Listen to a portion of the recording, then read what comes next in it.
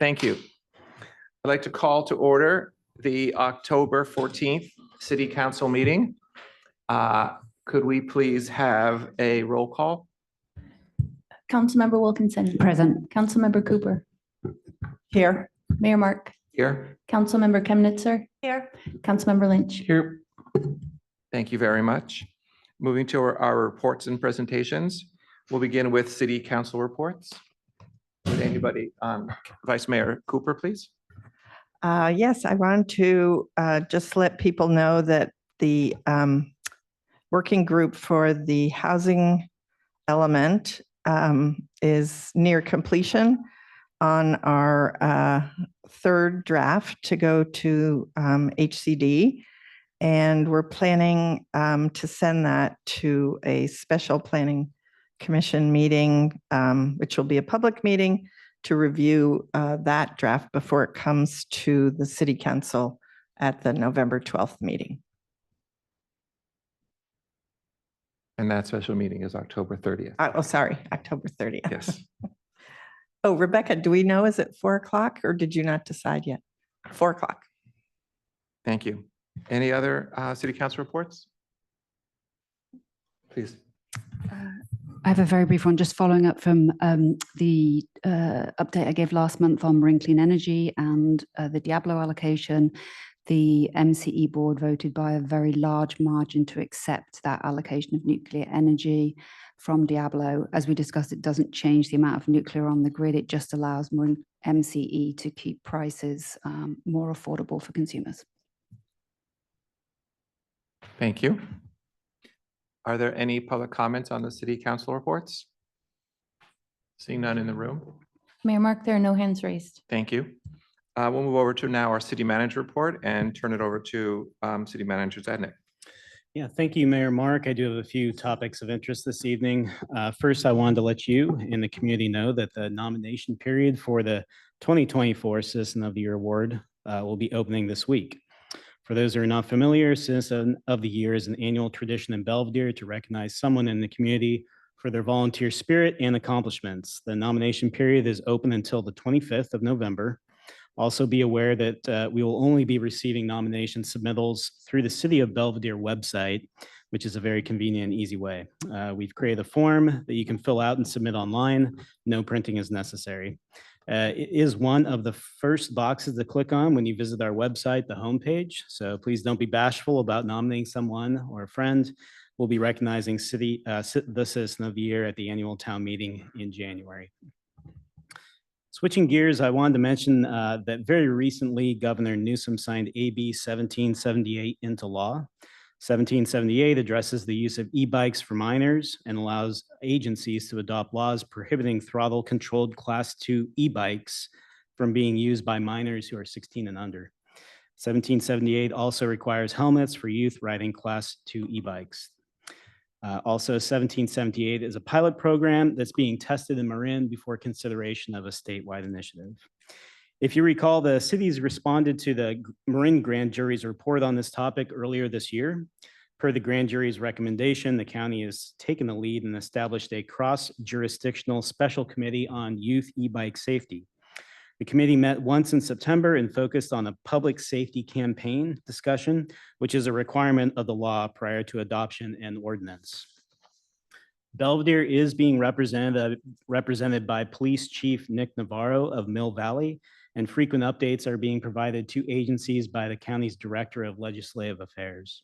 This committee meets again on October 31st and will focus its discussion on the need for policy consistency across Marin jurisdictions. So more news on that as it unfolds.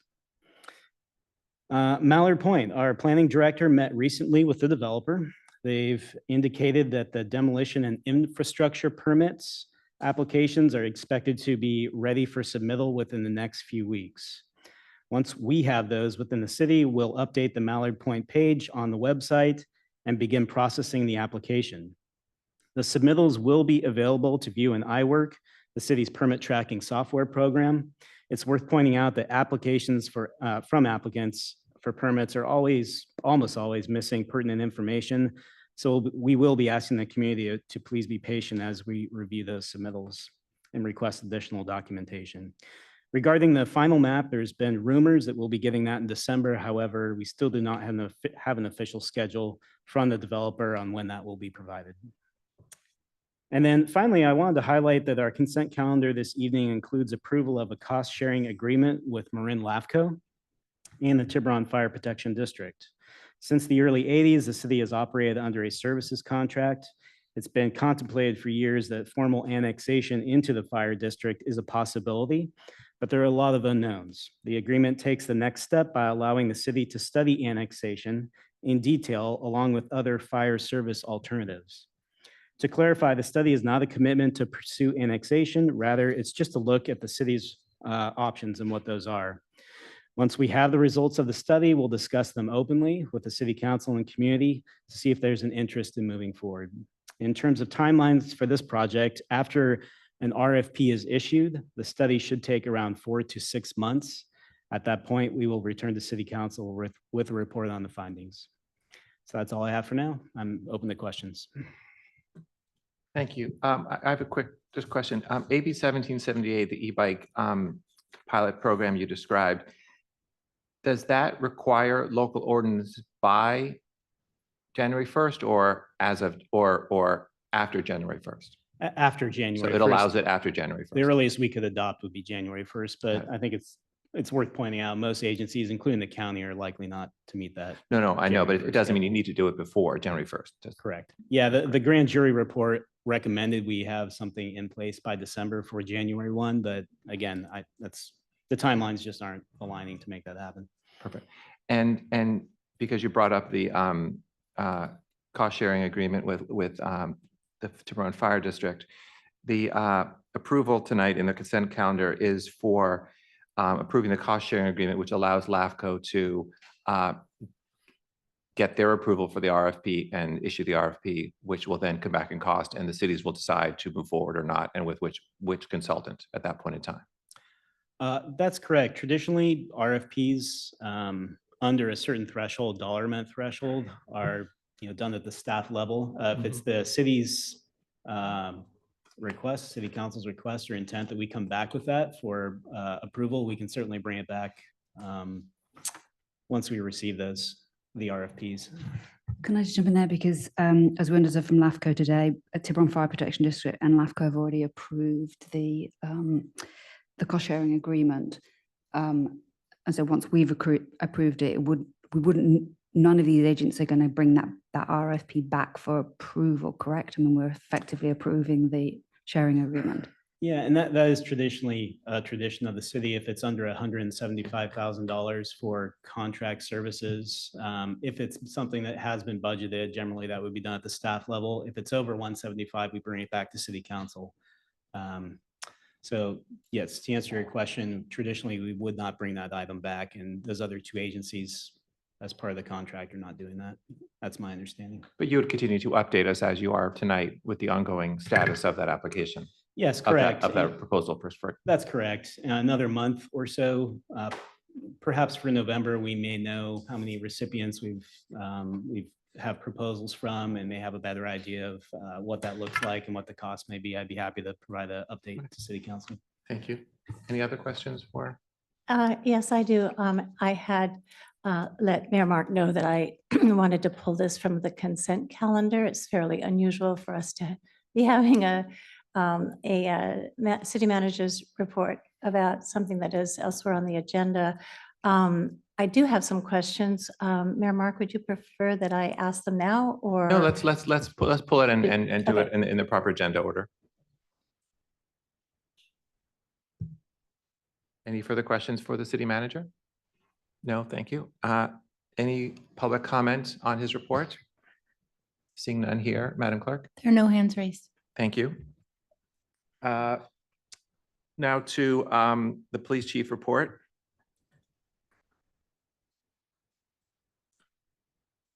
Just 1 second, we get the PowerPoint up. Okay. Thank you and good evening, Mayor Mark and council members. Tonight, I am pleased to present the police department's third quarter report for 2024. Our residents can always expect an unparalleled police service that epitomizes the highest level of community caretaking. Starting off with our RIPA stops data, 13 individuals were contacted for various vehicle code violations, and 2 individuals were detained for suspicious criminal activities. Of these 15 detentions, 13 were officer initiated, while 2 were based on calls for service. In all, 13 warnings were issued with 2 arrests being made. The perceived racial compositions consisted of 12 Caucasians, 2 Hispanics, and 1 Southeast Asian or Middle Eastern. During this quarter, the department handled 1,056 incidents, which included 5 Part 1 offenses and 2 Part 2 offenses. The remaining 1,049 incidents are classified as all other incidents, with the majority being associated with calls for service. In a snapshot, the department conducted 13 traffic stops, made 2 arrests with 1 prosecutorial referral, and received multiple citizen appreciations. 71 coyote-related incidents were also reported during this quarter. We also updated 6 Lexipol policies in accordance with amended laws, and these updates are detailed in the staff report.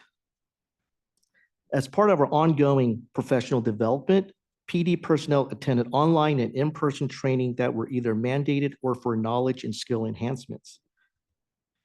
PD continues to be active in community events, which we always take great pride and joy in being a part of. And lastly, our very own Jeremy Clark was promoted to the rank of sergeant on September 9th, 2024. And this concludes my report, and I'm available for questions. Thank you. Do we have questions for Chief Wu? I just had a brief one, Chief Wu. Thank you for that report. The 71 coyote incidents in this period, how does that compare to prior periods? Last quarter was 33, and when I consulted with our wildlife specialist, Rebecca Dimitrick, and she stated the reason for that was because of the pup dispersal around this time. Thank you. Are those 71 reports, are they through our reporting system or direct calls or 911, or how might that be broken down, broadly speaking? They're being captured through our online or hotlines. So through the coyote pathway in theory. Correct. Thank you. I just wanted to thank you and your officers for your commitment to the community about all the coyote issues that have been coming up recently. And the reports that we're getting from the officers have been really, really helpful. And one of the questions, they do a nice job, really do much more than a normal citizen does when they're filling out the report. It seems recently that we've had more sightings around Golden Gate, West Shore, and Sandfell Ave, where that little triangle area is. Excuse me. Around dawn time, like between 6 and 7, people walking their dogs, or sometimes kids walking to get to school at a bus around 7:15, something like that. And I don't know what your schedule is, but I think there's an officer turnover at about 6 a.m. Is that correct? Or what I'm trying to ask is, whatever it is it possible to do extra drive-bys in that area between the 6 and 7, or is that a time when an officer really isn't out and about? Well, first of all, thank you for your kind words, and I will certainly pass them along to my staff. And to answer your question, yes, we could increase our patrol around the Golden Gate Sandfell area around 6 a.m., 6 and 7. Okay, because the officers are trained in hazing, and I think some of our citizens are hesitant to haze. So certainly if and when it occurs, I know that they wouldn't be hesitant to do it. So We'll be glad to do that. okay, thanks. Thank you. Do we have any public comments on our police chief report? Seeing none in the room. There are no hands raised. Thank you. We're now moving on to item 3D, an update on Tiburon's Diversity Inclusion Task Force. Ruben Carla. Good evening. Good evening, Council. Thank you for having me. I am resident of Belvedere and have been part of the Tiburon Diversity Inclusion Task Force. I guess it's my 4th year. And as part of that, I also thought it'd be nice to sort of give you guys some updates as well as the community on what we've been doing, what we have coming up, and obviously welcome the input of the community for anything else that that folks want. We did a great Juneteenth celebration. I don't know if anyone had to attend it this past June. Probably one of our best attended events. Was the same day as the car show. We had a great 18-piece band that was very well regarded, including former Vice Mayor of Tiburon, Noah Griffin, is part of that band. And one of the things that's been, I think, exciting about the task force is I think we're one of the last ones left in Marin. We actually managed to work together with the council, and I think have succeeded at actually integrating diversity into the strategic plan of Tiburon, as well as a good working relationship with Chief Gene. And the one thing we're here to talk about also is just celebrations. I think it's great to build a more multicultural society, and especially community here in Tiburon and Belvedere. And I think there's been the word in the street that we've been making a lot of good progress, and a lot of people come out and say, hey, wow, you guys are sort of leading the way. And it's sort of reflected in a lot of these events that we throw, where we now get people from out Marin saying, hey, can I help organize, let's say, the Asian American Festival that we had in May, or we have something coming up soon, Diwali, which is a Festival of Lights. That's a Indian American celebration. We did it 2 years ago. Basically, we shut down Main Street, a lot of dancing on Main Street, a lot of great food, a lot of great kid activities, henna, face painting. And then obviously everyone loves saris and Indian clothes. So we're going to be bringing that out for everyone. Great dole drummer, a DJ, teach you how to dance. And I think these are great community events where we're not just bringing Tiburon and Belvedere together, but I think all of them are in, because a lot of people do come out. So I encourage you to come out to the Diwali celebration. I'll leave some of these for you. It's Saturday, November 2nd, 2 to 5 p.m. I think last time you guys contributed to the Juneteenth celebration, I think we just have like a $1,000 budget shortfall for this event. And just, we get support from City of Tiburon, the Belvedere Community Foundation, Tiburon Peninsula Foundation, and if you have it up, there's something in the budget. I think it would be terrific. Is sort of a statement that Belvedere supports these events and the community. Any questions? Thank you. Do we have questions for Mr. Carla? Hi, Ruben. Nice to see you. Do you know what the total budget is for the Diwali festival? And I can send that. I realized I didn't send that. Total budget is $12,500 right now. Okay, thank you. And then, and the one other thing I was going to mention, he's not here. He was hoping to come, is Rabbi Mintz from the Shabbat of Tiburon. He was going to just talk about the Jewish festival over the summer that he helped host, that was supported by the task force. He may be running late. I don't know if there's a chance for him to speak later, or just apparently I wasn't there, but apparently it was a well-attended event, and he wanted to express his gratitude for everybody coming out to celebrate. I have one question really for the council.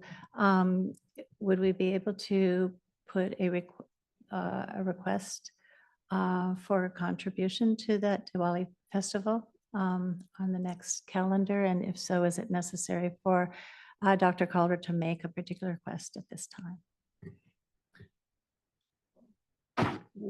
Can we instruct the city to put together a request to bring forward to our next month in this forum? Is this the proper protocol to do so? Yeah, I think that's appropriate. We could put that as a consent item with the resolution. Yeah, I think the budget and the we don't need to know all sorts of funding, but it would be valuable to understand Tiburon's contributions relative to our contributions, just because we have a standard split, generally speaking. Thank you so much. Thank you. Thank you, Ruben. Do we have any public comments on the update from Tiburon's Diversity Task Force? Seeing none. Mayor Mark, there are no hands raised. Thank you. Thank you for that presentation, and we'll hopefully have a request on our agenda for next month. Moving on to item 3E, interviews of the following applicants for appointment to the Belvedere Tiburon Joint Disaster Advisory Council. And the first up is Ruben Carla.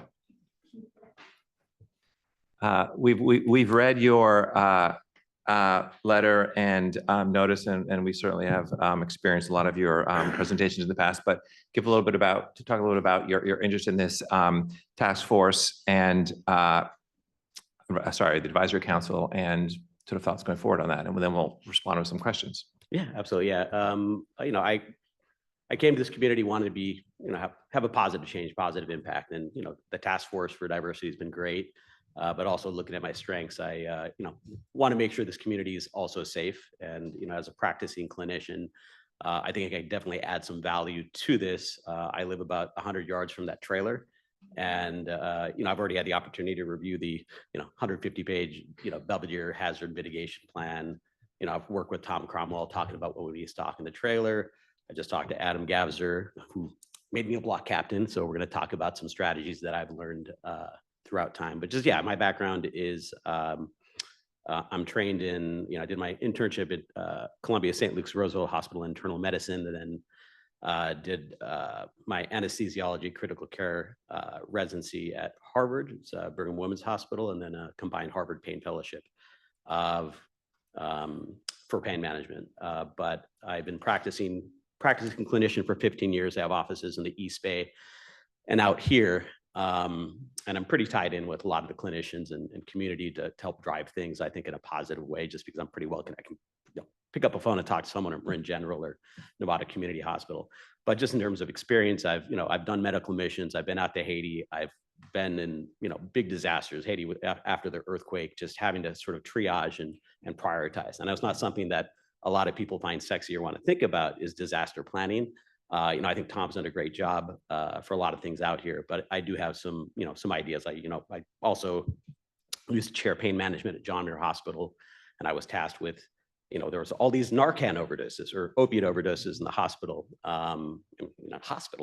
and so we sort of had to put together a team, and we basically put a nice solution with a 40-person team and reduced overdose deaths to nothing. And so it was a big success. But I think there's a lot of basic things that come in mind, and like anything else, communications, talking to your neighbors, but yeah, one actual item I've already talked to Tom about is just putting stuff in the trailer. I'm probably the only guy, if you don't know, I have a crash cart in the back of my car.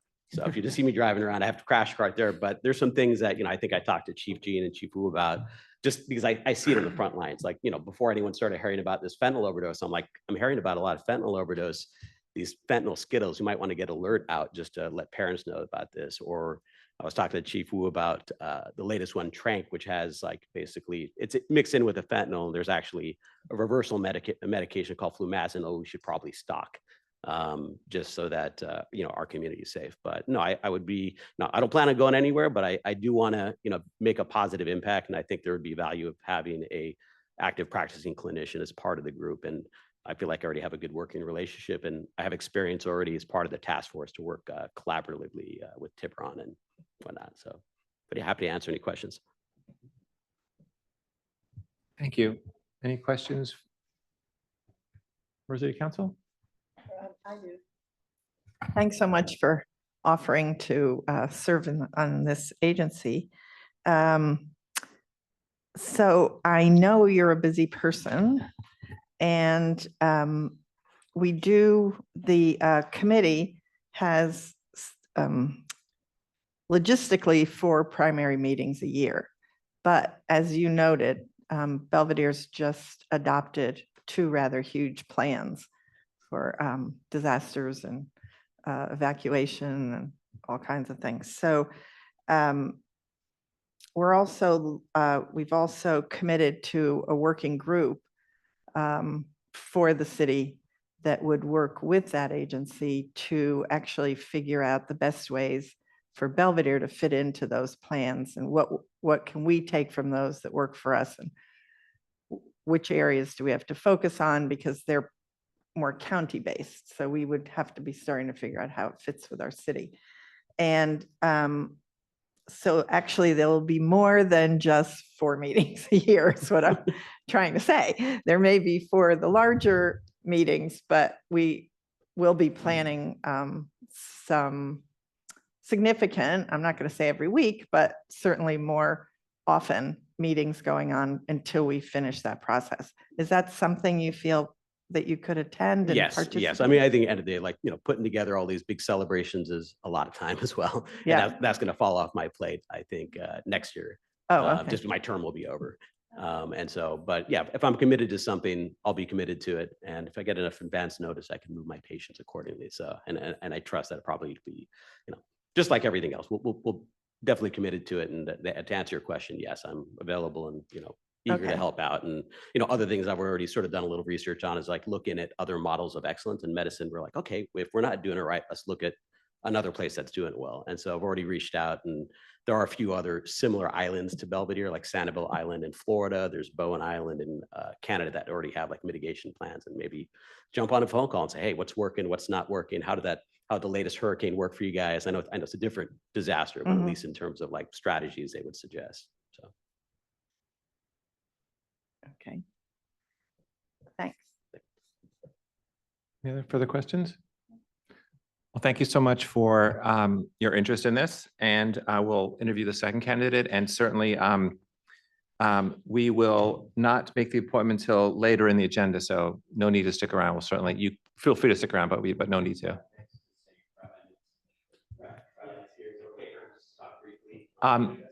Let us continue this item, and then I'll check with our city staff if we can reopen that item for a quick comment. Thank you. We'll now like to introduce our second candidate. Is he on Zoom? He is on Zoom. Okay, Yes. thank you. Keith Pagan. Hi. Hi there. So- My name is, am I meant to commence? Yes. My name is Keith Pagan. I'm a resident of Belvedere and a person that is, I suppose, differently experienced than Dr. Kalra. I'm new to the community contribution world, and I'm a person who just sent 3 kids off to college, and I'm now looking to give back to my community in Belvedere. My experience is in civil and structural and geodetic engineering. I work about 150 yards away from where you're all sitting right now, and live about 100 yards away from where you're all sitting right now. So I spend lots and lots of time in Belvedere, and have for the last 20 years. And now that I've got some free time with an empty nest and 3 kids off to school, I'm hoping to contribute what my skill set can offer. I'm happy to offer any questions. I don't have any deep experience in community work, and I'm just looking to get started and help out with the resources that I can bring to bear. What questions can I answer for the committee? Thank you. Do we have questions for Keith? Hi, Keith. Couple of quick questions. Are you a block captain? I think you're I'm not a block captain. Okay. And then it was really just whether obviously you've got an impressive engineering background. I was wondering whether you'd had any sort of role at all in terms of planning or anything else with your engineering background that might feed into this role? Any experience in planning would have been with respect to building and construction, not necessarily to disaster preparedness. Okay. But you feel like there's a translation there that would be beneficial for the community? I do, and I think, I understand the infrastructure that's in and around Belvedere and Tiburon. I understand the unique, or at least unusual, challenges that Belvedere faces with respect to being an island community, or essentially an island community in ways of traffic challenges. I think I can bring some wisdom and some common sense to the process. Okay. Thank you so much. You're welcome. And I guess I'm going to assume that you heard my question to Dr. Kalra about extra meetings, that we're planning to have a working committee to try to attack some of these huge plans and how they would fit for Belvedere for evacuation and disaster purposes. And are you flexible in your timing for amount of times to put into this as we move forward? I am. It's odd that I'm actually not sitting there with you in person, because I'm in Belvedere normally 24 hours a day, 7 days a week. And with my free time with kids off to school, yes, I'm available. Okay, great. And I know that you had applied a couple of years ago, and I was wondering, you must have had some reason for applying then and doing it again now. I just wondered if disaster evacuations were something dear to your heart. I just see it as one of the ways that I can get involved in local government and start giving back to the community. Okay, great. Well, thank you. Thank you. Thank you, Keith. Let me ask you just a quick question. I just noticed your address you put on here is over by the land company. Do you work with the land company in any way, or is that unrelated? They're a customer of ours. We've been neighbors since I moved into that building, since I moved my office into that building 20 years ago. But there's no legal affiliation. We're service Understand. providers to the land company. Perfect, perfect.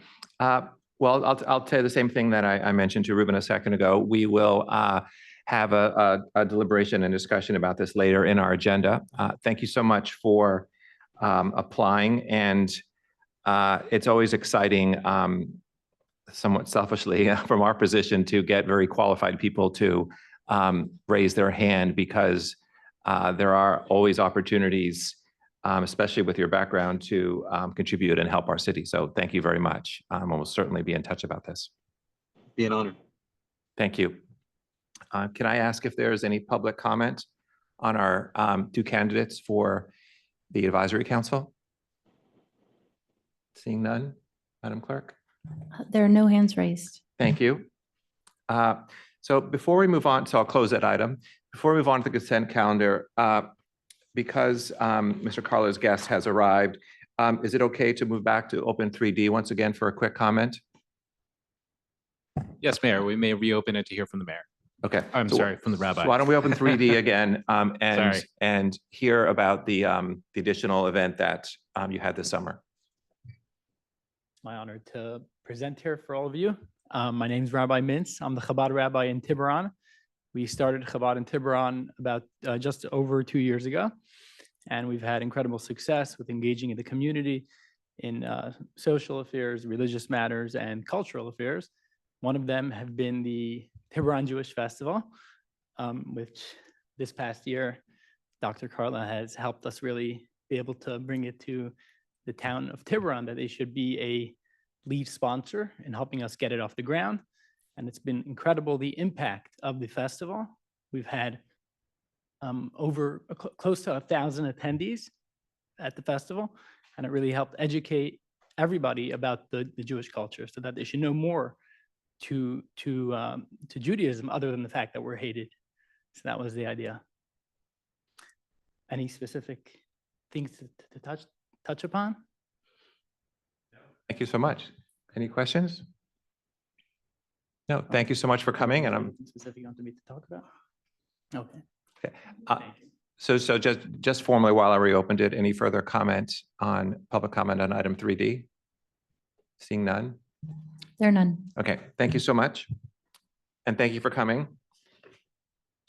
Moving to the consent calendar, we've already had a request to remove item 4D. Does the city council have any questions or would like to move item 4B, A, B, C, or E? I can make the motion for all the items except for 4D. Second, Kemnitz, sir. Thank you. All in favor? Aye. Aye. So consent calendar, with the exception of item 4D passed. We don't have a staff report for 4D, so why don't we turn the, I'm sorry to interrupt, Mayor. I did have public do have- comments. I apologize. No, not at all. I always do that, don't I? So we'll retract that motion and a second and open public comment on the consent calendar for A, B, C, and E. Seeing none. Any public comment online? Mayor Mark, there are no hands raised. I'm sorry. Councilmember Lynch, if we could have that motion again? I move the approval of the consent items, all except for 4D, which has been withdrawn, removed. Thank you. Second. All in favor? Aye. Aye. And why don't I turn it over to Councilmember Kibnitzer for her questions on item 4D or comments? Thank you. I think this can be brief, but most of what I wanted to explore was purpose of clarification. And others, and there was actually a staff report. And others reading it might have the same questions. The first is very general, and that is that annexation may be used as a term of art in this context. Here, the staff report didn't really explain or to anyone, to the public and the council actually, what annexation means exactly in this context, and whether there are any other jurisdictions that are technically annexed, and how that would differ from our contractual relationship. I understand that the details of how that will differ are the very subject of the consultancy, but in general, I think it would be helpful to the community to have a little better explanation about what you mean by exploring the idea of annexation in this context. Yeah, it's a fair question. The annexation is, I guess, a bit of a loaded term, like you say. What is that? What does it mean? Currently, the city has a contract only for fire services. Unlike our neighbors in Tiburon, who are actually a member of the district, meaning they have voting rights, they have members who sit on the board, and they can dictate the future of, to a certain extent, of the Tiburon Fire Protection District, how they spend money and how they allocate resources and what they focus on. Belvedere, like I said, is a contract only. We've been that way since the 1980s, after we were an all-volunteer fire department for a number of years. So really, I think annexation, one of the biggest benefits, it would be representation on the board for Belvedere, and really handing over, I'd say, the city's, in a sense, fire tax and operational structure, and how we look at a full service city in terms of fire resources over to the district. So we would have, I guess, more say in one area, meaning that we'd have representation, but they would ultimately be the deciding body that influences how fire and medical services are provided for Belvedere. So some benefits, but I think that's part of the annexation study, is for us to better understand what does it mean to be annexed and what comes along with that. Is it beneficial for the city, or are there going to be downsides? Part of the study we're looking at also includes what other options in the universe of options are available to us outside of annexation with the fire district. Are there other fire models that might work for us, having our own fire station and joining another fire district? There was a couple other options here. A standalone firehouse, and yeah, again, other models. That's part 2 of the contract, the agreement. That's something the city would pay for exclusively. And then additionally, part 3 of the contract includes some work that Tiburon Fire is going to pay for exclusively that is of interest to them. So to answer your question, we're hoping to learn more about annexation through this process. Okay, great. So just one sort of collateral question about annexation. So are there any other areas that the Tiburon Fire Protection District serves outside of Tiburon at the current time? For example, the backside of Paradise, or any part of Corte Madera, or any other area? And if so, are you thinking of the word annexation in terms of how those areas are treated? I think there's a lot of confusion about what this annexation even means, not whether we're going to do it or not, but just what it means. Sally, it looks like you wanted to make a comment, No, but certainly. Maybe I can jump in just to provide a little bit more historical context. Right now, my only question is about the word annexation, not what the consultant is going to be exploring. Exactly. So All of this dates back to Prop 13, and when Prop 13 happened, every city's property taxes were divided up amongst the different agencies that serve that city effectively. And so at the time, Tiburon Fire Protection District already existed, and so a portion of Tiburon's property taxes go directly to the district. So the town of Tiburon has no relationship with fire at all. We had a volunteer fire department, and so we got a greater share of our property taxes as a result. But then when we got out of our volunteer fire department, we started contracting. So we pay a contract for service. What would happen with annexation is we would effectively become the same as Tiburon and have no relationship with fire anymore. We would have to give over an undetermined amount of our property taxes and our fire tax, and would never again in our budget see anything in relation to fire. It would just effectively be Belvedere has been annexed into what is already a Tiburon Fire Protection District. There are 5 seats on that board, and what isn't clear if we followed that path is whether it would be an at-large district with 5 seats, or whether there'd be one dedicated, for example, to Belvedere. Does that make it any clearer in terms of what annexation is? I understand all of that. My question was, when you're talking about annexation in this context, are you talking about any other areas that are served by the fire protection district? It's a very narrow question, because there's considerable, I understand basically what you're saying. And that is what the consultant will explore, but my question was quite different. There's just a very narrow misunderstanding about what we are talking about when we say annexation. If it just means, and whether Belvedere would be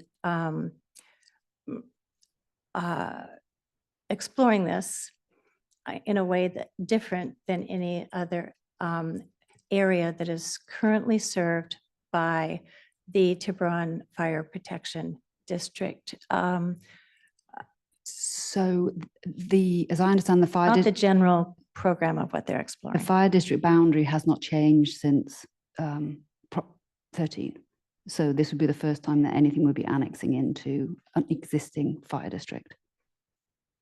In relation to Tiburon Fire, obviously in other parts of Marin, there have been annexation deals that have taken place. Okay, so that would be my third question. My second question is, and so City Manager Zadnik, is that your understanding of what is meant by annexation in terms of this RFP? That is my understanding, yes. Okay, so number 2, my second question is, so I understand part 1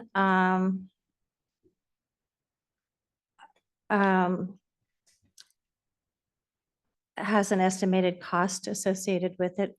What is the estimated cost of part 2? The part that will be funded solely by the city of Belvedere?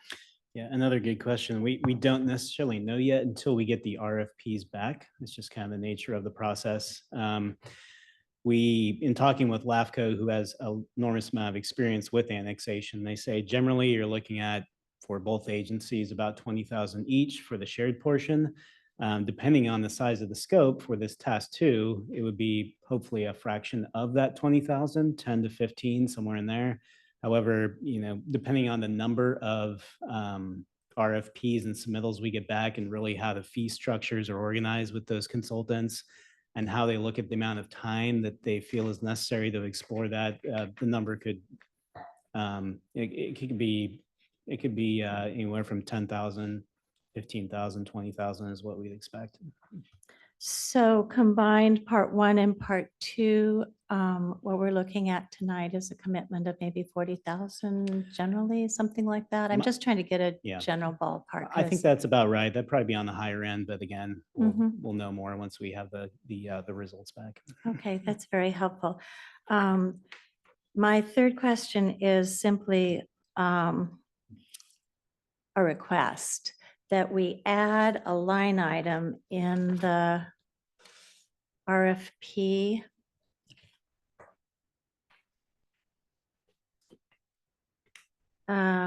In the scope of work. And if it's in here, please just tell me where I'm wrong, but I didn't see. I would really like to have a line item that says the scope of work, maybe an H, or I'm sorry, not H. Like N or something.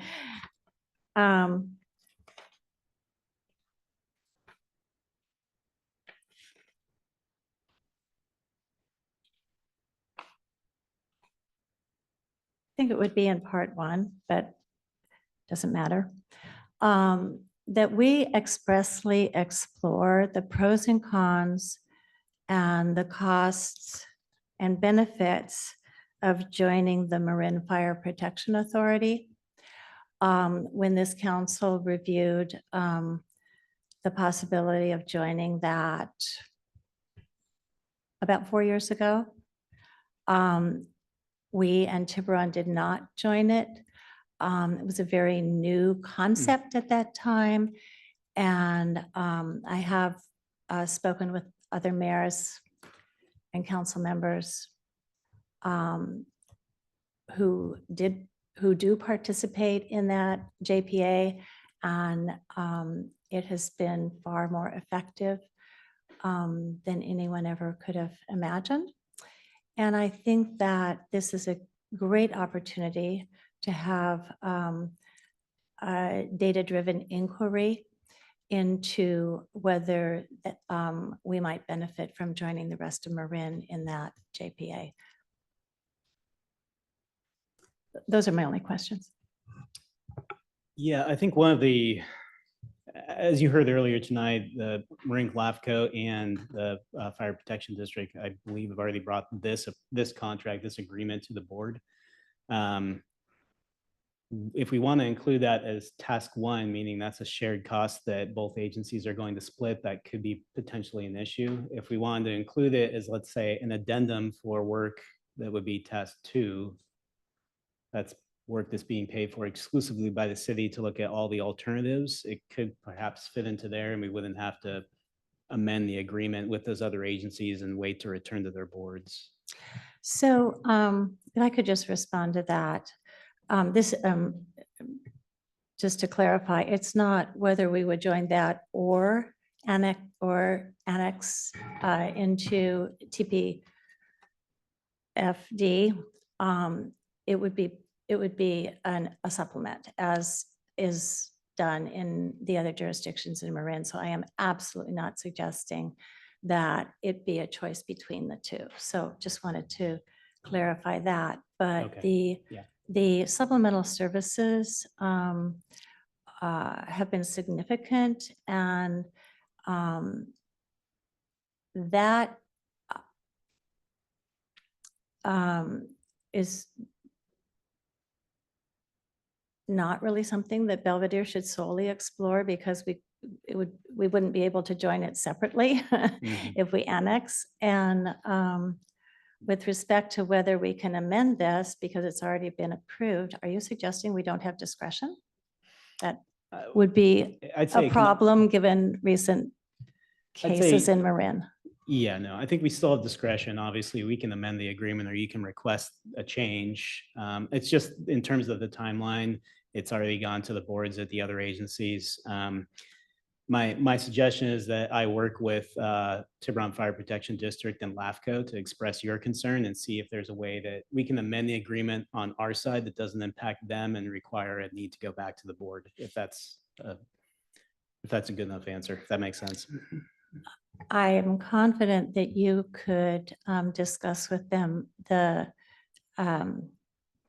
possibility of adding this minor addition to their contract, but it's not a section 2 question, it's a section 1 question. Okay, understood. Yeah, and Robert, to clarify that, the cost sharing agreement is a agreement between ourselves and Tiburon, with LAFCO riding shotgun on that, pretty much to make sure that whatever services are contracted gets paid for. The scope of work is intended in this document to mirror what the RFP says, but I think you can, with consultation with Tiburon and LAFCO, make some minor additions and changes to scope of work in the RFP, because that's not part of this document and doesn't need to tie back wholly to this because it's meant to represent the scope of work. So I think Councilmember Kimmel's suggestion with your communications to LAFCO and the district would probably change that scope of services in the RFP itself in this minor way. Okay, yeah, no, that's clear. Robert, can I just ask a question on that? Because I don't remember when the decision to not join the Marin Wildfire Agency, was that a decision taken by Tiburon Fire Protection Districts? I just don't remember that process. I don't remember whether it was a. I was mayor at the time. And so, It was a decision of council. And the reasoning at that time was that that small parcel tax would come before the voters in the same election as we approved the, I think it's biannual allocation of our fire tax, and that the voters would be confused between the two provisions relating to fire. And it was of particular concern that the question to the voters regarding the JPA was a lower amount and that that the taxpayers might choose the lower over the higher, even though our I may be using the wrong word, our allocation vote is not a new tax. It was felt that it would be confusing to the voters. We also believed at that time, before the JPA was formed, we did not know what actual benefits we would have as a small city, how much revenue we would actually receive, and what services we would receive. So now we know much more about that.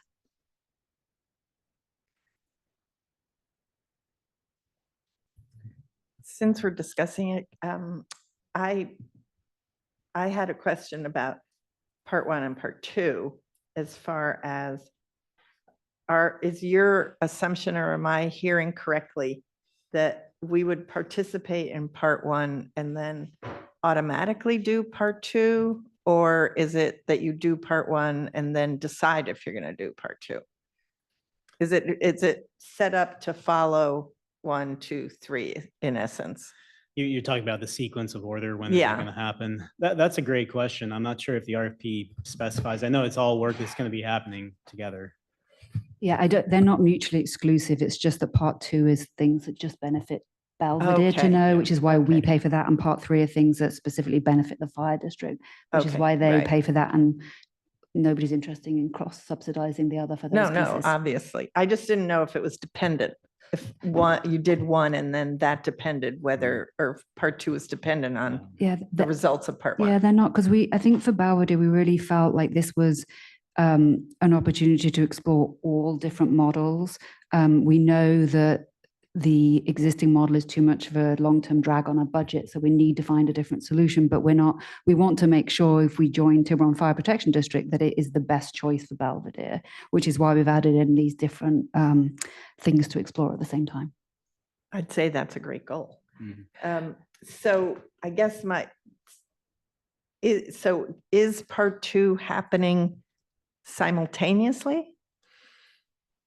That's In essence, because Yeah. it seems to me that there isn't a reason then for part 1 to happen and then part 2 happen, right? So that you could save time and maybe come up with an answer sooner if part 1 and part 2 were being researched at the same time, but I don't know if that's possible. I don't think that the RFP has any requirement that it be done in a sequence, but that is something we can ask about. And certainly when we talk with the consultant, whomever we choose, that can be a question that comes up.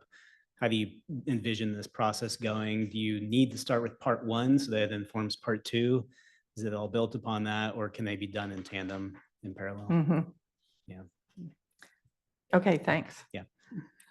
Hey, Mark, if I may just add, I really want to thank everyone who has worked on this to this point. Sally, it's great work, and staff. I think we really do appreciate looking at this intractable problem from every angle, and this is a great start, in my opinion. Thank you very much. Thank you. Any further comments or questions? I have just a couple questions. Really, it's my role to ask the dumb ones, and these are really basic, but the way I read the agreement and the scope of work, the scope of work is part of the agreement, obviously, that is going to be part of the RFP, and it's part of the obligation of the work of any consultant that's retained, right? That's correct. Yeah. Okay, and the way I read the agreement is that LAFCO is the organization that's going to enter into the agreement. I don't read this agreement to give any discretion for LAFCO to come back to us or anyone with a set of RFP responses that we would then weigh in on. It looks like once we sign this agreement, which LAFCO and Tiburon have already signed, LAFCO then has the power to enter into the agreement with whatever scope is set forth here and in the documents in front of us. Is that right? I think that's generally right. We do have some say-so authority, the city and Tiburon Protection District, Fire Protection District, about who is hired to do the work. There's a committee that's a review committee that looks at all the proposals with representatives from both sides, including LAFCO, I believe. And that's the different contractors and makes the selection. We do have say-so power in that, if that's an answer to your question. Yeah, so the interview panel is 2 board members in Tiburon Fire Protection District, 2 representatives from the city of Belvedere, and then a LAFCO, I think, will just participate. I'm not sure whether they have a vote. Got So it. certainly during that process, we'll be asking all of those questions. Got it. That was my question. Okay. All right, thank you. Appreciate it. And the other side of that, there was a similar 2 representatives from Belvedere, 2 representatives from Tiburon, and 1 from LAFCO to create the RFP, separate, distinct from the scoring and the awarding group. That's Robert's comment about how we can influence this addition to the RFP, if not this cost of services itself. That's helpful. Thank you. Thank you. Can I just, so Please. Robert, can I clarify this? So you're going to go back and just ask LAFCO and Tiburon Fire Protection District to include Nancy's request within the shared services cost. If they say no, what do we do from there? I'm not surprised. I'm not suggesting they will, but I wouldn't change this document because this has already been approved, but the RFP has not been, there's no approval process for the RFP. So I think this is meant to mirror it because this was literally copy and pasted from the RFP, which was developed first. So I think you can go to, or more likely Helga or myself, because we were on that group who did that, go to Jason and the RFP group and say, one minor tweak, we just like to add an analysis of the Marin Fire Protection Agency and whether its inclusion is worth studying in this analysis of part 1. That's a very minor, item N as Councilmember Kemneser described, without a change in this document whatsoever, because you don't want this document to go back to Tiburon and LAFCO at all. I think that can be influenced in the RFP. Yeah, that's my understanding too. And that's how we would pitch the idea. And just to be clear too, it's the Marin Wildfire Prevention Authority that we're talking about. Yeah. Yeah. Yes, I may have misspoken. It's authority, not agency, but also I think the way you've approached it, Peter, is really a good suggestion. And if you think about the subject matter and you really look at the other items listed in the RFP, it would be very difficult for a consultant to do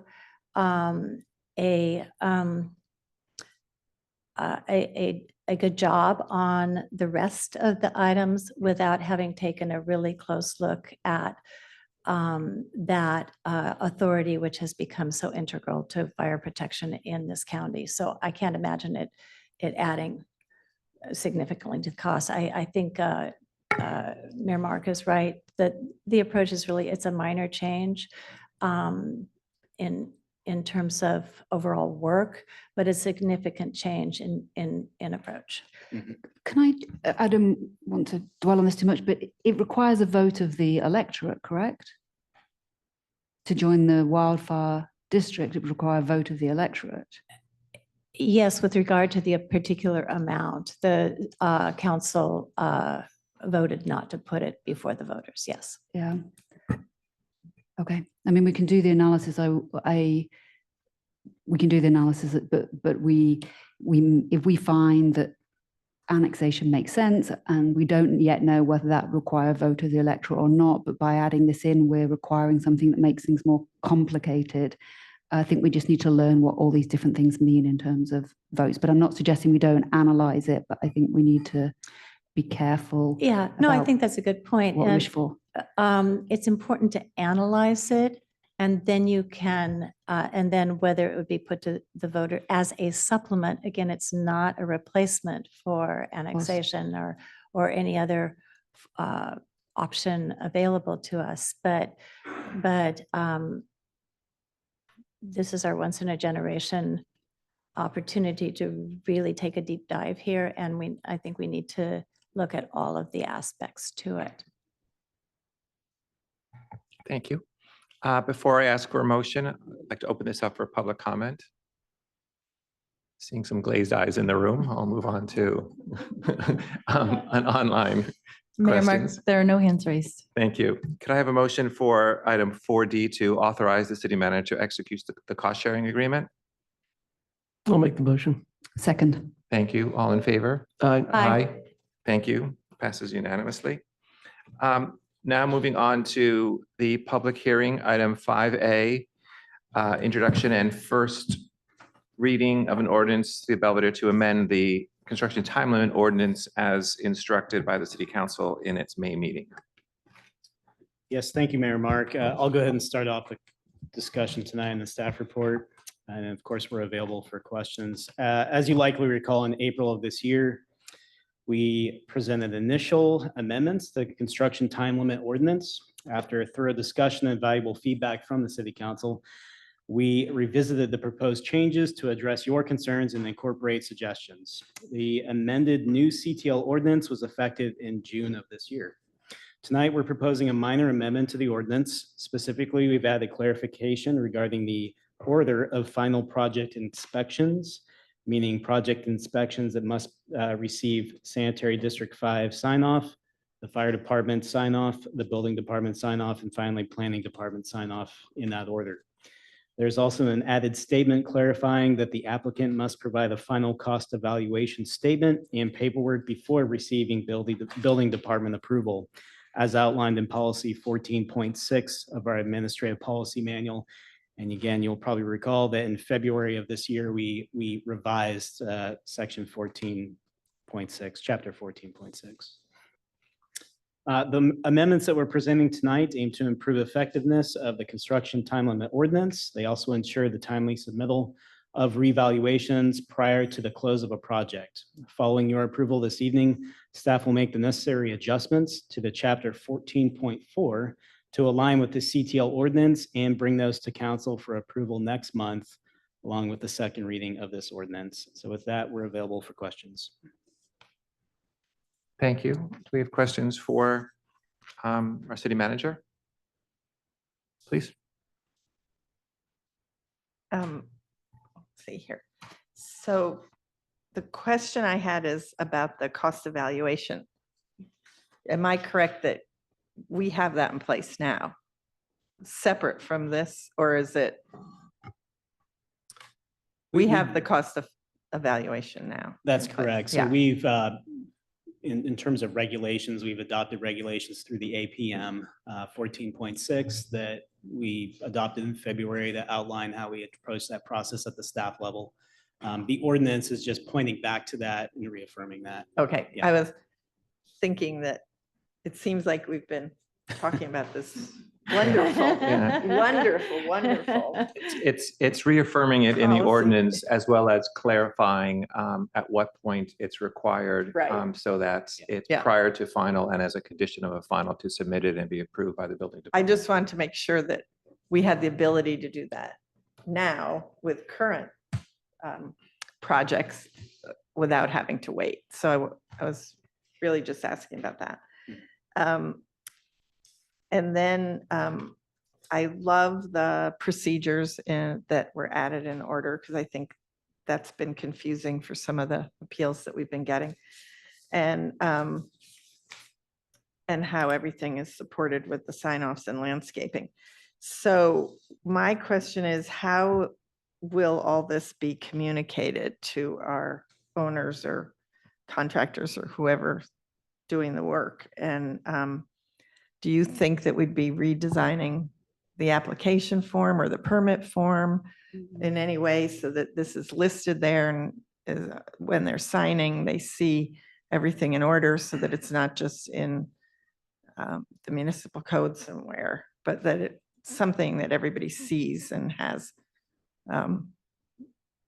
It is already on the back of the building Oh, permit. okay. I don't know if you remember that CTL fine, we discussed that those boxes were actually checked, that each Right. department needed to final.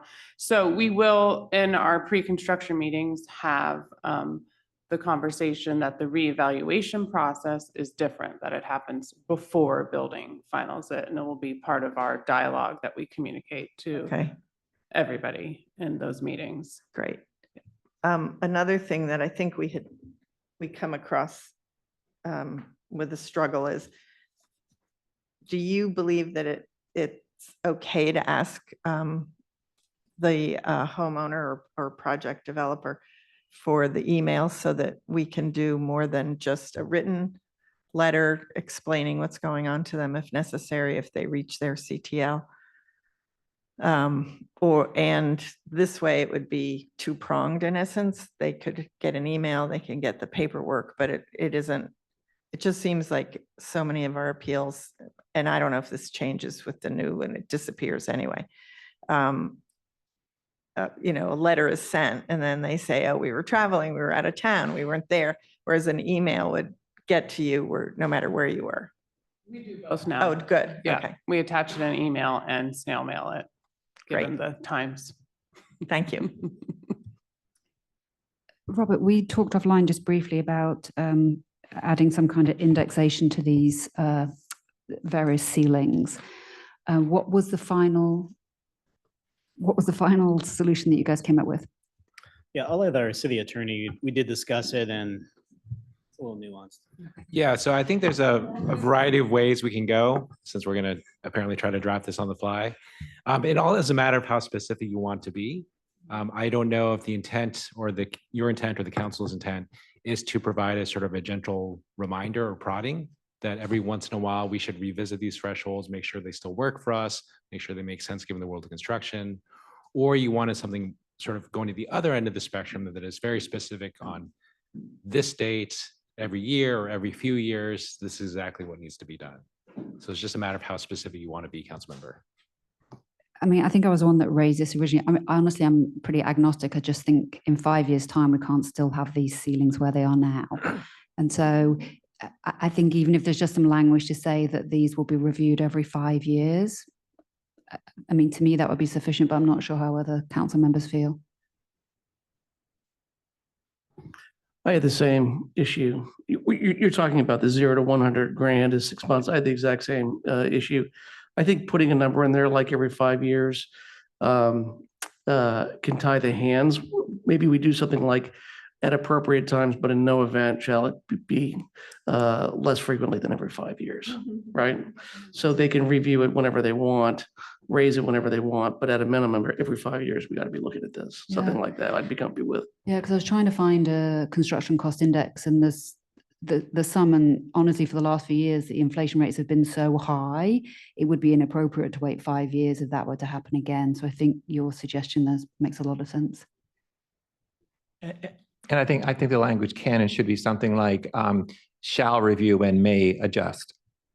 right? Because so that you're required to review, but you're only required to adjust should the review warrant it. Sounds right to me. I had another question. I'm Please. sorry. When we talk about the sign offs and the sequence of the sign offs, I should know the answer to this, but I just want to make sure I hear it from you. Does every building permit require, every single one require the sign off of fire and SAN 5? No. So this language then makes me nervous.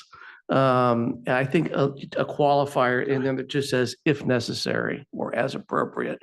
Because with respect, every single one requires building and design sign off, right? So maybe just as appropriate parenthetically after fire and after SAN 5. Because otherwise you could have somebody running around in the first instance trying to get a signature they don't need, and you can see them wasting time and then that coming up on appeal. Thank you, Councilmember Lynch. That's very well taken. Yeah. We can incorporate that qualifier. Yeah, as necessary, as needed, something along those lines. And just a couple quick clarifying questions. Rebecca, you mentioned the check boxes corresponding to these required permits, and I think that falls into Commissioner Lynch's, Councilmember Lynch's, going back to Commissioner, sorry, Councilmember Lynch's, as appropriate where you would check them.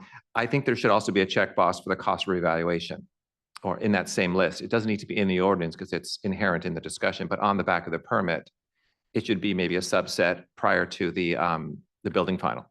So that it's very clear that they have to do it, notwithstanding, as Councilmember Cooper talked about in the pre-construction meeting, but it should be on the back of that permit as well, so they can see it there. Okay, we can do that. And the second question is just, our council described that this ordinance has been in effect since June.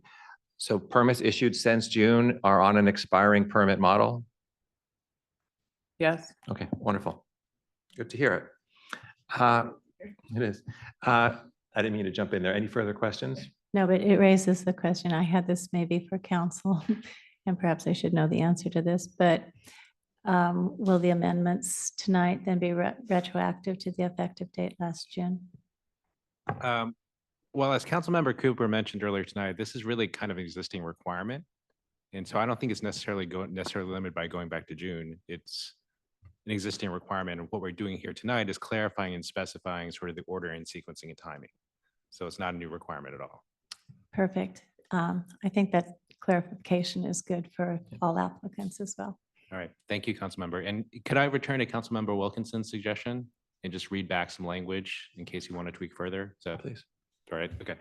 So I think what I heard from Councilmember Wilkinson and Lynch is as appropriate and no less than every 5 years, the city shall review and may adjust the estimated project values set forth above. And that language can follow the sort of table where you have those sort of thresholds set out. All right. Thank you. Thank you. Any further questions? Seeing none, I'll open it up to public comment from the folks in the room. No comments here. There are no hands raised. Thank you. And if we were to make a motion, we'll make the motion with two modifications to the current resolution. One is to add under A and B as appropriate, under number 2A and 2B, and to add the language following the estimated value of projects with the language that our council just described. I believe those are the two amendments to our motion. So I can make that motion to approve this, sorry about that, first reading of an ordinance of the City of Belvedere to amend the construction time limit ordinance. Do we have a second? Second. Thank you. All in favor? Aye. Aye. Thank you for that clarification. We did ask for that back then and very efficiently done. Thank you very much. Moving on to other scheduled items, discussion and possible, this is 6A, action on a revocable license for private improvements in the public right of way for the property at 30 Cove Road. Is this you, Rebecca? Oh, Sammy, hi. Thank you, Mayor Mark and council members. For your consideration this evening is an application for revocable license to allow new improvements in the city right away for the property at 30 Cove Road. On July 25th, a design review exception was approved to construct a residential addition and remodel.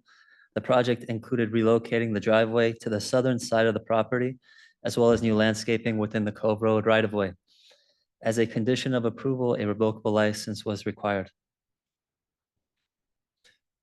Improvements within the Cove Road right-of-way include a new concrete driveway with curb cuts, a 4-foot wide ADA compliant sidewalk, and landscaping. New landscaping includes 8 camellia to 5 feet tall and 6 boxwood shrubs, which will be maintained at 9 inches tall. A condition is included in the revocable license stating that landscaping shall not impede access or use to the adjacent sidewalk. An existing fire hydrant is adjacent to the property at its southern end. The applicant proposes to maintain a 4-foot wide sidewalk in this area by setting the proposed front yard fence back into the property. Staff recommends that council approve the revocable license as the improvements. The landscaping enhances the aesthetic appeal of the property, and the driveway provides the homeowners access to their 2-car garage, relieving potential traffic congestion on Cove Road. Thank you, and I'm happy to answer any questions. Thank you. Do we have questions for our associate planner?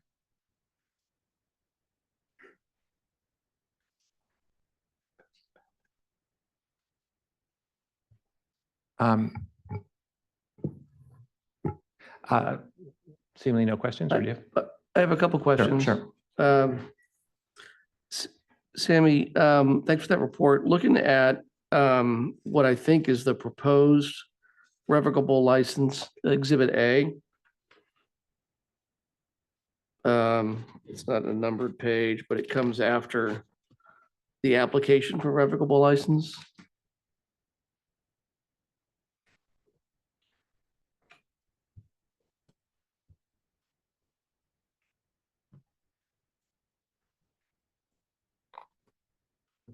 The exhibit. The exhibit. Mhm. It identifies plantings. But it says they are not to encroach in the right of way. Correct? Correct. But as drawn, it looks like they encroach 1 feet, 8.5 inches past the property line and into the right of way, unless I'm reading this the wrong way. I think that was supposed to read, will not encroach into the sidewalk.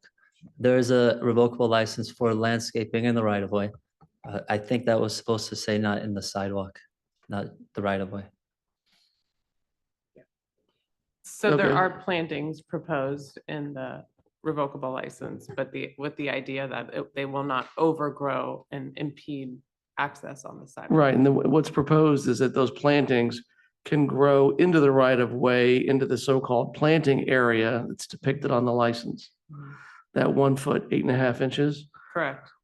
And so if we're gonna approve this, then could we change this from will not encroach in the right of way to will not encroach into the sidewalk, or what's marked as the 4-foot sidewalk? Yes. Yes. Okay. And then with respect to the staff report, item E, where it's the standard, the element is this revocable license necessary, appropriate to validate existing private improvements? In this instance, we're not really validating existing private improvements, right? Because the existing private improvements that are in the right of way are going to be torn down, right? That those plantings are going to be removed, right? That's correct. All of them will be removed. All right. And so do you think that this revocable license really meets this element of validating existing improvements? Because it's ripping existing improvements out and then proposing new ones. Correct. We can amend that finding as well to read that there are no, I guess it's a little confusing because there are existing improvements with a revocable license, but we can amend it to say the existing improvements will be removed. Therefore, this finding is not pertinent to this project. Well, or it something wouldn't be like that. appropriate for this finding, Right. therefore. Yeah. It's because it says we're appropriate. Thank you. Can I ask one last question? And this is finding B. uh, Will enhance the aesthetic qualities and so forth. I trust that these roots for these 3 trees or any of these shrubs are not going to disrupt the sidewalk. You know, we're all familiar with sidewalks that have been disrupted by tree roots. Is this the kind of planting that is not going to blow up a brand new sidewalk? Or do we know? I don't know the answer to that. I would hope so, but I think we can verify that with the landscape architect, or the architect is here tonight. I'm not sure how familiar they are with those plantings, but I have a lot of camellias and boxwood at my home, and neither of them impact any hard surfacing around them, Yeah, and have had them for years. I figured that was the case. It would be But weird tree to propose roots, them. you're Yeah. right. All right. Are Thank you. very destructive. That's very helpful. Thank you, Councilmember Cooper. Responsibility of the property owner as well to maintain the sidewalk, although I understand the intent here not to create a problem. And I do think perhaps Tony could comment on it. I do think I think all the buckling of sidewalks we've seen aren't current sidewalk regulations and Caltrans requirements as far as, I could be wrong with Caltrans, but as far as what you have to build with the steel reinforcement and so forth are more secure than what the previous sidewalks were, I believe. That's right. The standards now are better than they Yeah. were.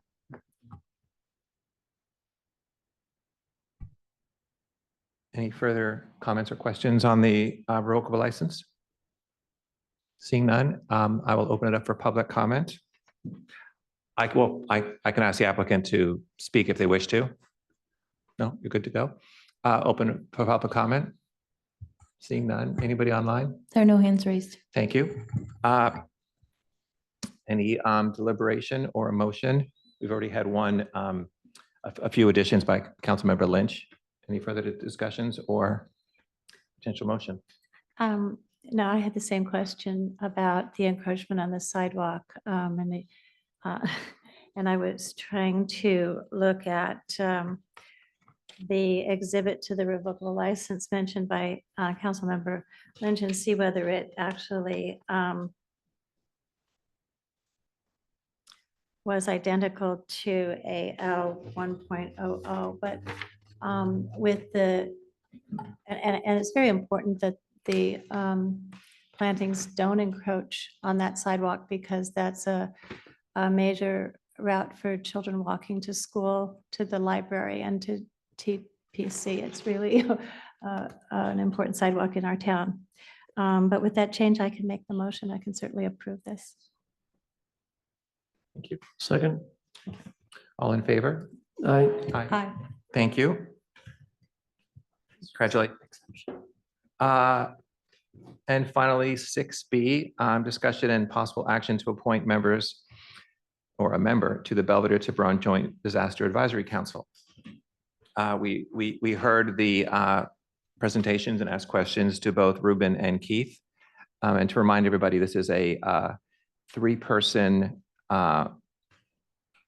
advisory council, of which we have Jerry Butler and Tom Cromwell, and this would be the 3rd position for it. There is an opportunity for the mayor of Belvedere to be their 3rd person. So there is an option not to appoint and have the mayor be the 3rd person. In fact, that's what Tiburon does. The sitting mayor can do that. That's not been our practice, and Adam Gasner had been our 3rd appointee in the past. Just further information on this. And as Councilmember Cooper pointed out, our portion of this advisory council, one of the first tasks we will ask of them is to be part of the EOP editing work group that we talked about, I think two meetings ago, that Councilmember Kivenster brought up a whole bunch of very valid points that the EOP as drafted is not necessarily up to date or as fine-tuned toward Belvedere and its needs as it possibly could be. So that will be one of the tasks. And I think the origins of Councilmember Cooper's questions about more time commitment to the responsibility.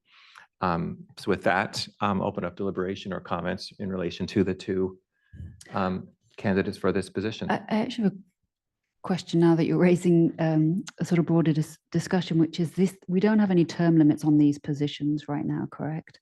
And this probably isn't the correct forum, but maybe when we're looking at committee assignments, I don't know when the appropriate time would be, but it would seem that most other committees and boards we have term limits on them, and it's a little strange that this one does not. Well, I actually agree with Councilmember Wilkinson, but I think there are more than just this committee. The Historic Preservation Committee, I don't think has term limits, and they do? Oh, okay. Are there any others that don't? Oh, so this is the only one. I wonder if it's because we're connected with Tiburon on it. But I think term limits are useful. And like you said, we probably need to come back and discuss that with the. Yeah, review of the city's charter, the joint charter, yeah. Any other thoughts or comments? I don't mind starting. I want to thank both applicants for stepping up to offer their services to this important committee. And I think the differences in qualifications that we've reviewed tonight demonstrate how rich this community is in expertise and goodwill and willingness to volunteer on these different committees. This one's particularly important to me. Worked on very closely with Dr. Cromwell, for example, on the on various things, as well as Adam Gassner. So so again, I want to thank both of the applicants for stepping forward. I think in this particular instance, Dr. Kalra's professional qualifications and personal experience in volunteerism in this community in the past probably make him the favorable applicant in this circumstance. I'm happy to hear what my fellow council members say, but I would recommend that we appoint Dr. Kalra.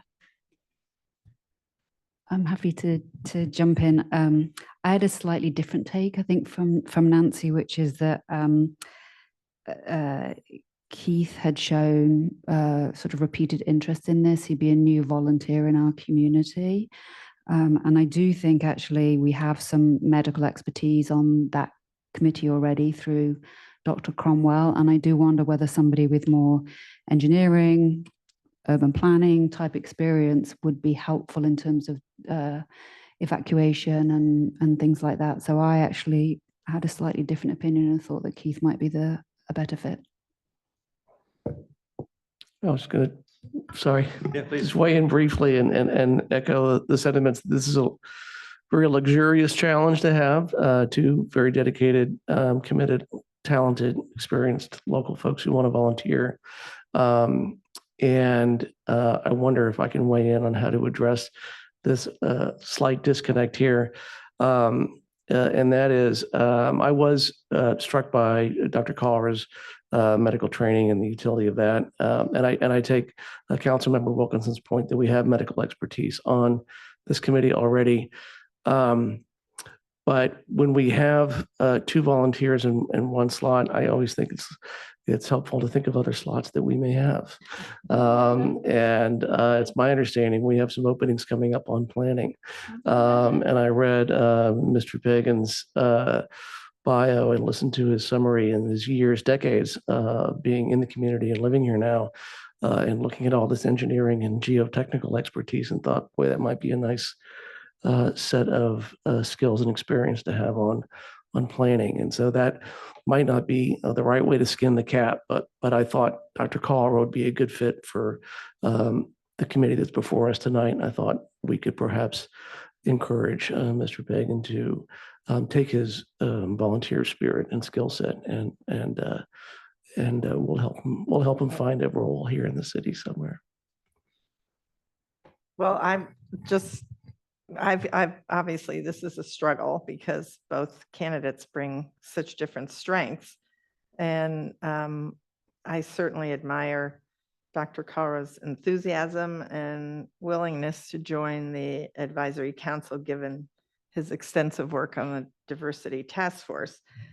But on the other hand, I also agree that I really like to encourage new volunteers as often as possible coming in, and that Mr. Pagan had requested joining this committee a couple of years ago and is still interested.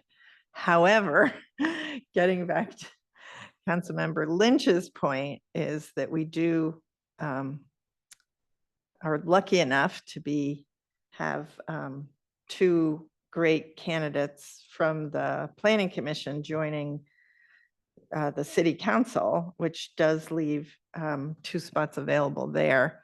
And certainly Mr. Pagan would be terrific. My question is, I don't think we can speak for him, and we don't know whether he'd be interested or not. Is this something that we could postpone a month and find out if there's an interest on his part, or are we making the decision tonight? I don't know that we have, I mean, correct me if I'm wrong, Robert, if we have an actual requirement to fill it, we could certainly fill it in a temporary way with the mayor, as I described earlier in the evening, so as not to be an understaffed or underappointed position.